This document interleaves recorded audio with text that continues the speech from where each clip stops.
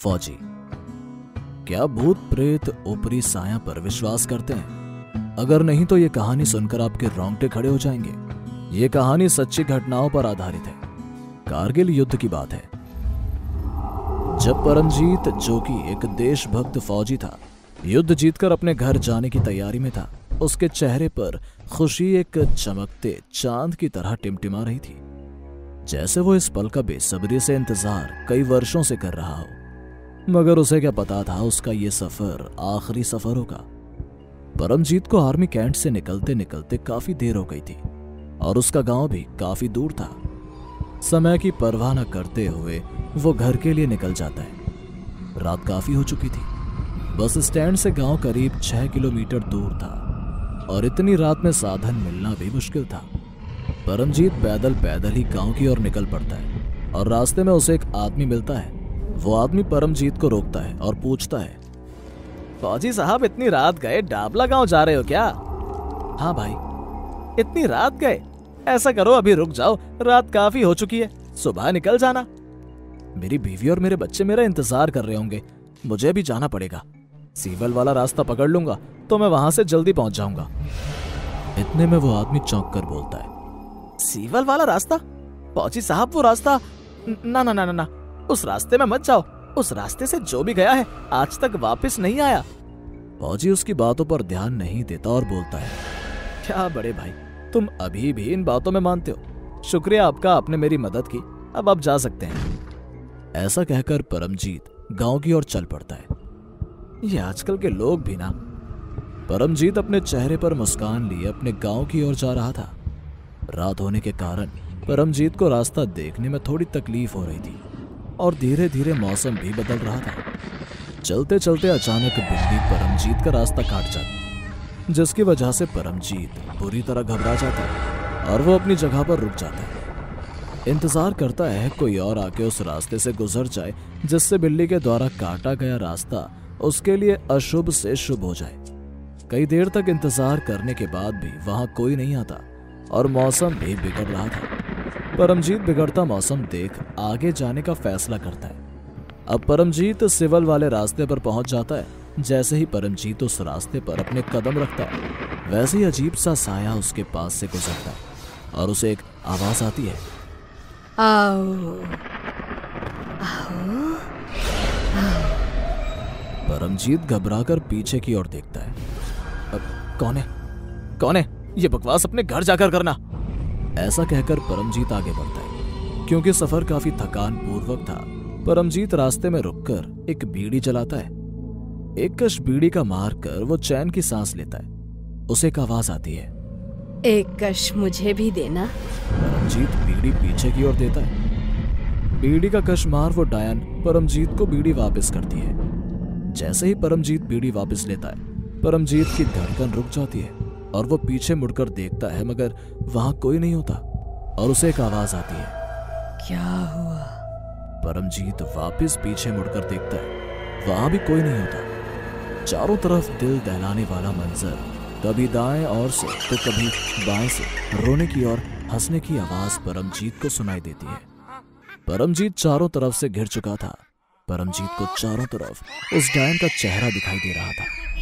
परमजीत को अब उस आदमी की बातें याद आ रही थी, जिसने कहा था कि सिविड वाले रास्ते से आज तक कोई वापस नहीं आया। परमजीत वहां से भागता है। भागते भागते परमजीत का पैर लकड़ी से टकरा जाता है और वो नीचे गिर जाता है। परमजीत को अपनी पीठ पर एक तेज दबाव महसूस हो रहा था, जैसे कोई उसके ऊपर आकर बैठ गया हो। परमजीत दम लगाकर उठता है, जब ही डायन परमजीत का पैर पकड़कर उसे पीछे की ओर खींच ले जाती है। परमजीत अपने पैर छुड़ाकर वहां से भागता है। दूर से आती एक फेंकी गई लकड़ी परमजीत के सिर पर आकर टकराती है। परमजीत अपना आपा खोकर गिर जाता है। वो अजीब दिखने वाली डायन परमजीत का पैर खींचती है, उसे घिसटते हुए शमशान घाट की ओर ले जाती है। परमजीत जान चुका था आज उसकी मौत होना तय है। उसकी जिंदगी की छोटी सी भूल उसकी जिंदगी लेने वाली थी। वो डायन परमजीत को अंधेरे की ओर ले जाती है। चारों तरफ अंधेरा। परमजीत अपनी जान गंवा ही चुका था। नहीं, परमजीत मरा नहीं था। उसे अपनी पत्नी व छोटे बच्चे से मिलना था। वो इतनी जल्दी हार नहीं मान सकता था। परमजीत उस अंधेरे से बाहर की ओर भागता है। अपने सारे सामान को छोड़ अपनी जान बचाने की सारी तरकीब अपनाते हुए वो उस भयानक डायन से छुपना शुरू कर देता है। परमजीत को पता था उसकी मौत तय है, मगर वो एक सच्चे फौजी की तरह मरना चाहता था। मरते दम तक अपनी पूरी जान झोंकना चाहता था। परमजीत बरगद के पेड़ के नीचे छिप जाता है। तभी धीरे धीरे बरगद के पेड़ की जटाओं से सांपों का झुंड एक भयानक आवाज के साथ उसे घेर लेता है और सामने उसके वो डायन होती है। परमजीत वहां से बचकर भागता है। कूदते वक्त एक सांप उसे डस लेता है। परमजीत अपनी जान की परवाह किए बिना भागता रहता है। डायन उसका रास्ता बार बार रोक लेती है। परमजीत से बस 1 किलोमीटर दूर उसका गांव था। अगर परमजीत ये 1 किलोमीटर पार कर ले तो वो अपनी जान बचा सकता था। एक उम्मीद परमजीत के पास थी। परमजीत के कंधे पर वो डायन आकर बैठ जाती है और बोलती है, मैं तुम्हें नहीं जाने दूंगी, नहीं जाने दूंगी। परमजीत उस बोझ को लिए आगे बढ़ता जाता है। वो डायन परमजीत के गले और कान को काट लेती है, मगर फिर भी परमजीत खून से लथपथ आगे बढ़ता जाता है। अब परमजीत की आंखें बंद हो रही थी। उसे चक्कर आने लगी थी। सांप का जहर शरीर में बढ़ने लगा था। खून बहने के कारण उसे कमजोरी का सामना करना पड़ रहा था। अब परमजीत का एक कदम चल पाना भी नामुमकिन था। मुझे माफ कर देना मेरे बच्चों, मैं घर नहीं लौट पाऊंगा। हे भगवान, मेरे बच्चों का ख्याल रखना। अब परमजीत की आंखें बंद होने लगी थी। परमजीत अपनी आखिरी सांसें गिन रहा था और वो डायन परमजीत को तड़पता देख, मरता देख खुश हो रही थी। तभी परमजीत के कान में घंटी की आवाज आती है।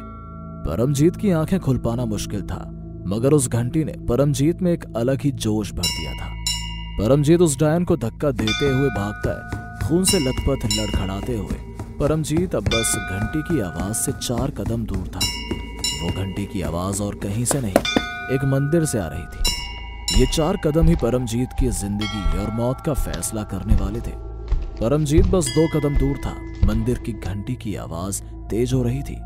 वो डायन एक पत्थर उठाती है और परमजीत की ओर फेंकती है। परमजीत अब बस 1 कदम दूर था। वो पत्थर परमजीत की ओर आता हुआ दिखता है। परमजीत चिल्लाता है। परमजीत अपनी जान बचाने में सफल रहा। वो पत्थर परमजीत के पैर को छूकर निकल जाता है। परमजीत की तेज आवाज सुन गांव के लोग व पुजारी वहां पहुंचते हैं और वो डायन निराश होकर वापस चली जाती है। पुराने गांव में अक्सर ऐसे डायन और ऐसे इंसिडेंट को देखा और सुना गया है।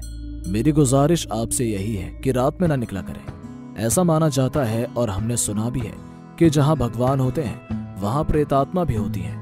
मजाक में मत लेना ये बातें। और हाँ, रात में कोई पीछे से आवाज दे, कभी मुड़कर ना देखिएगा। नहीं विश्वास होता तो आजमा कर देख लो।